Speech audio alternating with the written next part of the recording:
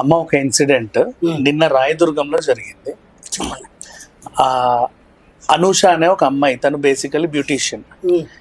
ఈ పిల్ల ఏం చేసిందంటే భర్తతో విడాకులు తీసుకొని తల్లిదండ్రుల వద్ద ఉంటుంది. నిన్నగాక మొన్న 22nd రోజు సాయంత్రం 6 o'clockకి ఫ్రెండ్స్ బర్త్డే పార్టీ ఉంది, నేను ఫ్రెండ్స్ దగ్గరికి వెళ్ళొస్తానని చెప్పి ఇంట్లో చెప్పి వెళ్ళింది. తర్వాత రాత్రి లేట్ అయిన సరే ఇంటికి రాలా, ఫోన్ చేశారు, ఆమె ఫోన్ స్విచ్ ఆఫ్ వచ్చింది. నెక్స్ట్ ఇట్లా ఉంటే రాయదుర్గంలోని క్యాబిన్ లో ఒక కంప్లైంట్ వచ్చింది. మేము ఓయో రూమ్ లో నడుపుతున్నామండి, మా దాంట్లో నిన్న రూమ్ తీసుకున్న ఒక ఆవిడ ఊరేసుకొని చచ్చిపోయింది, కొంచెం చూడండి అని పోలీసు వాళ్ళు కంప్లైంట్ వచ్చింది. అయితే ఆత్మహత్యకు గల కారణాలు అయితే తెలియలా, దర్యాప్తు చేస్తున్నారు. వాట్ ఎవర్, ఇదొక ఇన్సిడెంట్. గతంలో ఒక ఓయో రూమ్ లో పిల్లలు రాత్రిపూట ఏది వినాయక చవితి టైంలో డ్రగ్స్ తీసుకున్నారా? వినాయక చవితి టైంలో తాగేసి డ్రగ్గులు తీసుకొని విచక్షణ రహితంగా పొడుచుకొని చచ్చిన అంశాలు ఒకటి చూసా. నెక్స్ట్ నెల్లూరు అక్కడ అటువైపు సైడ్ ఓయో లాడ్జ్ లో డాన్స్ మాస్టర్ చైతన్య చనిపోవడం చూసా, సెల్ఫీ వీడియో తీసుకొని మరీ చనిపోయాడు.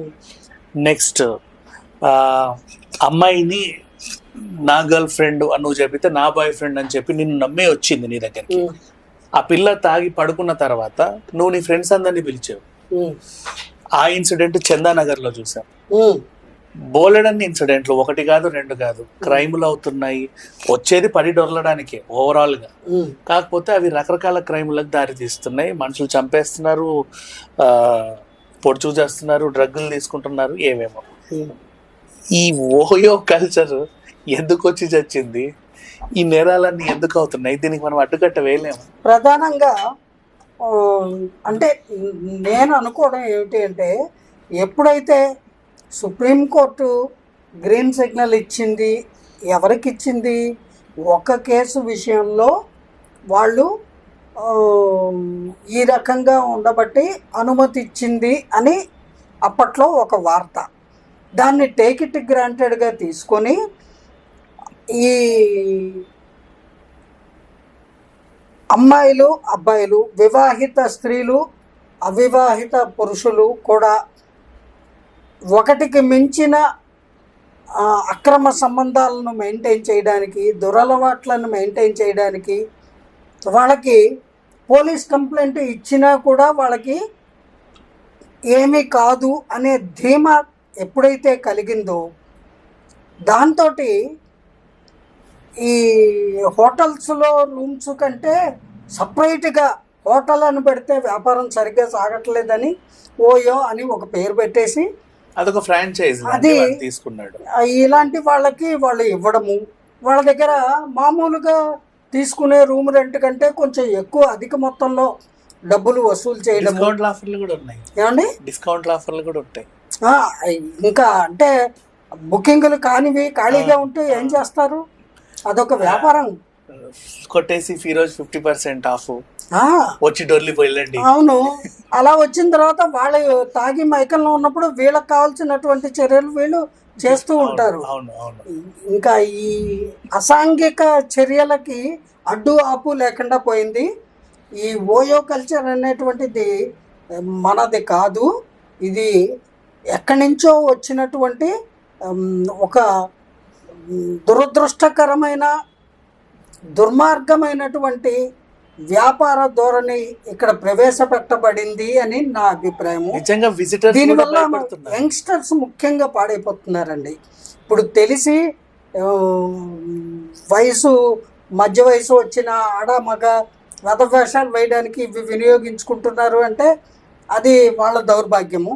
కానీ ఇటువంటి ఫెసిలిటీస్ వచ్చాక 10-12 ఏళ్ల వయసున్న ఆడపిల్లలు మగపిల్లలు కూడా ఇటువంటి రూములు బుక్ చేసుకోవడము, అక్కడికి వెళ్ళి డ్రగ్స్ తీసుకోవడము, తాగి తందనాలు ఆడడము, బర్త్డేలు ఆ డేలు ఈ డేలు అని సెలబ్రేషన్ అని అక్కడ ఉండి చేయకూడని పనులు చేయడము, ఆ మత్తులో ఎవరు ఏం చేస్తున్నారో తెలియని స్థితి, ఎవరు ఏమైపోతారో కూడా అగమ్య గోచరం, ఎవరికీ అర్థం కాదు. రేపులు మర్డర్లు కూడా జరగడానికి చాలా ఆస్కారము ఉన్నటువంటి ఈ ఓయో రూముల కల్చర్ అనేటువంటిది మారాలి. దీన్ని, ఈ వ్యాపారాన్ని చేస్తున్న వాళ్ళు కూడా మానవత్వంతో ఆలోచించి మానుకుంటే ఆరోగ్యము, సమాజానికి మేలు చేసిన వారు అవుతారు. ఎందరో తల్లిదండ్రులకు కూడా వాళ్ళు మేలు చేసిన వారు అవుతారు. వ్యాపారాలు అనేకం ఉంటాయి. ఇప్పుడు ఈ ఓయో రూములు, ఈ వ్యాపారము చేసేటువంటి వాళ్ళకి డైరెక్ట్గా నేను ఒక మాట చెప్తున్నాను. ఏమండి, మీ ఇంట్లో ఆడపిల్లలు లేరా? మీ ఇంట్లో మగపిల్లలు లేరా? మీ పిల్లలు వేరే ఓయో రూములు బుక్ చేసుకొని ఇలాంటి వేషాలు వేస్తారు అని మీకు తెలీదా? మీరు మీ పిల్లలు బంగారం అనుకుంటున్నారా? ఒక్కసారి గుండెల మీద చెయ్య వేసుకొని ఆలోచించండి. మీ పిల్లలు కూడా ఏదో ఒక చోట ఓయో రూములు బుక్ చేసుకొని వాళ్ళ జీవితాల్ని సర్వనాశనం చేసుకుంటే, అటువంటి వాళ్ళే ఏ తల్లి తండ్రి కన్న బిడ్డలైనా వాళ్ళ జీవితాలు నాశనం అయిపోవడానికి మీ వ్యాపారము సహకరిస్తోంది. అందుకని ఈ వ్యాపారాన్ని మాని ఇంకో వ్యాపారాన్ని ఎన్నుకోండి. దయచేసి సమాజాన్ని రక్షించండి. సమాజము అధోగతి పాలవ్వడానికి మీరు కారకులు కాకండి. మీ కుటుంబ పరిస్థితుల్ని మీరు కాపాడుకోవాలి. అలాగే సాటి కుటుంబాలని కూడా రక్షించాలి. అందుకు మీరు మీ వంతు సేవగా ఇటువంటి వ్యాపారాలు దయచేసి మానుకోండి. మరేదైనా వ్యాపారాలు చూసుకోండి. This is my sincere humble request to all OYO room business people. ఇప్పుడు ఏం చేస్తున్నారంటే కోలివింగ్ హాస్టల్స్ అయిపోయాయి. ఇప్పుడు లేడీస్ హాస్టల్ అనే బోర్డులు చూసారా? అవును. ఉమెన్స్ హాస్టల్ బోర్డులు చూసారా? మెన్స్ పీజీ అని చూసారా? లేవు. కో లివింగ్ హాస్టల్స్ అంటే రూమ్ లో మీరందరు కలిసి ఉండొచ్చు, బాత్రూమ్ లో అందరు కలిసి వాడుకోవచ్చు, అందరు కలిసి తినొచ్చు, అందరు కలిసి ఏమైనా చేయొచ్చు. మీళ్ళే ఇది. ఏ రూముల్లో అయినా ఎవరైనా ఉండొచ్చు. ఇద్దరు అమ్మాయిలు ఉండొచ్చు, ఇద్దరు అబ్బాయిలు ఉండొచ్చు, అమ్మాయి అబ్బాయి ఉండొచ్చు, ముగ్గురు అమ్మాయిలు ముగ్గురు అబ్బాయిలు కలిసి ఉండొచ్చు, అందరూ కలిసి ఉండొచ్చు. ఇలాంటప్పుడు తల్లిదండ్రులు, మీకు బుద్ధి ఉందా, జ్ఞానం ఉందా? మీ పిల్లల్ని మీరు వేరే ఊర్లో చదివించుకోవాల్సిన పరిస్థితి వచ్చినప్పుడు అద్దె ఇల్లు తీసుకొని మీ కుటుంబ సభ్యుల్లో ఎవరైనా ఒకరు పక్కన ఉండి వాళ్ళకి వండి పెడుతూ చదివించుకోండి. అందరికీ సౌలభ్యం ఉండదు కదా, అందరికి ఉండదు కదా సౌలభ్యం. అందరికీ ఉండకపోతే మానండి. మీ ఊర్లో ఉన్నంత వరకే చదువుకోండి. చదువు కంటే కూడా ముఖ్యంగా మీరు చదువుకోవాల్సిన అంశం ఏమిటి అంటే, మానవుడికి శీలము ముఖ్యము, ఆరోగ్యం ముఖ్యము, ప్రాణము ముఖ్యము. ఆ మూడు కూడా కోల్పోతారు. ఇలా కోలివింగ్ హాస్టల్స్లో ఓయో రూముల్లో మీ పిల్లల్ని పెట్టి చదివించడానికి ఉద్యోగాలకి పంపారంటే ఆ తర్వాత మీ ఇష్టం. మా పిల్లలు సర్వనాశనం అయిపోయినా పర్వాలేదు అనుకుంటే ఇంక మిమ్మల్ని కూడా ఎవరూ కాపాడలేరు.